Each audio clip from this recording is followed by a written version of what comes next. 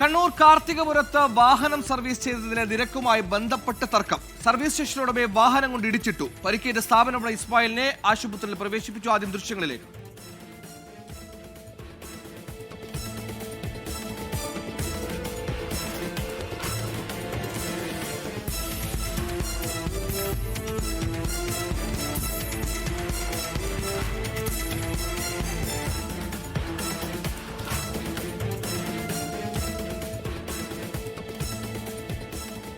അരുൺ പൂപ്പർബ കണ്ണൂരിൽ വിശദാംശങ്ങളുമായി ചേരുന്നു. അരുൺ, ലക്ഷങ്ങളുടെ വാഹനമാണ്, നിരക്ക് സംബന്ധിച്ച തർക്കം തന്നെയായിരുന്നു. ഇടിച്ചിട്ടയാളെ കുറിച്ച് സൂചനയുണ്ടോ? ആൾ അകത്തായിട്ടുണ്ടോ? വിവരങ്ങൾ.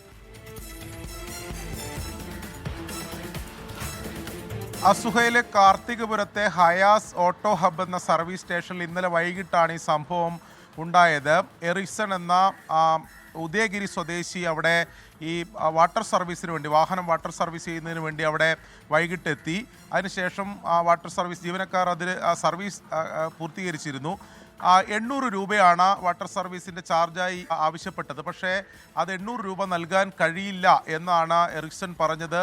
600 രൂപ മാത്രമേ തരാൻ കഴിയുള്ളൂ, 800 രൂപ അല്പം കൂടിയ നിരക്കാണ് എന്ന് പറഞ്ഞാണ് ആദ്യഘട്ടത്തിൽ തർക്കം ആരംഭിച്ചത്. ജീവനക്കാരുമായി തർക്കത്തിൽ ഏർപ്പെട്ടു. ഇത് കേട്ടാണ് ഇസ്മയിൽ, ആ സ്ഥാപനത്തിൻ്റെ ഉടമ അവിടേക്ക് എത്തുന്നത്. പിന്നീട് ഇസ്മയിലുമായും വാക്കുതർക്കത്തിൽ ഏർപ്പെടുന്നു. നമുക്ക് ദൃശ്യങ്ങൾ കാണാം. അതിനിടെ ഈ ജീവനക്കാരുടെ ദേഹത്തേക്ക് ആദ്യം ഈ വാഹനം ഒന്ന് കയറ്റാൻ ശ്രമം ഇയാൾ നടത്തിയിരുന്നു, യുവാവ് നടത്തിയിരുന്നു. പക്ഷേ അതിനിടെ ഈ ഉടമ ഇടപെടുന്നു. ഉടമയുമായി വീണ്ടും വാക്കുതർക്കത്തിൽ ഏർപ്പെടുന്നു. അതിനുശേഷമാണ് ഉടമയെ ഇയാൾ ഇടിച്ചിട്ടത്. ദൃശ്യങ്ങളിൽ വ്യക്തമായി കാണാം. അതിനുശേഷം ഇയാൾ രക്ഷപ്പെടുകയും ചെയ്തു. ഉടമ ഇപ്പോൾ ചികിത്സയിലാണ്. ഇസ്മയിൽ ഇപ്പോൾ ചികിത്സയിലാണ്.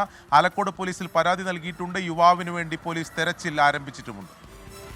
അധികം കൊടുക്കേണ്ടി വരുന്ന 200 രൂപയ്ക്ക് ആ യുവാവ് പിടിക്കുന്ന വയ്യാവിൽ അത് ചെറുതായിരിക്കില്ല. പെട്ടെന്നുള്ള പ്രകോപനത്തിലാണെന്ന് മനസ്സിലാക്കാം.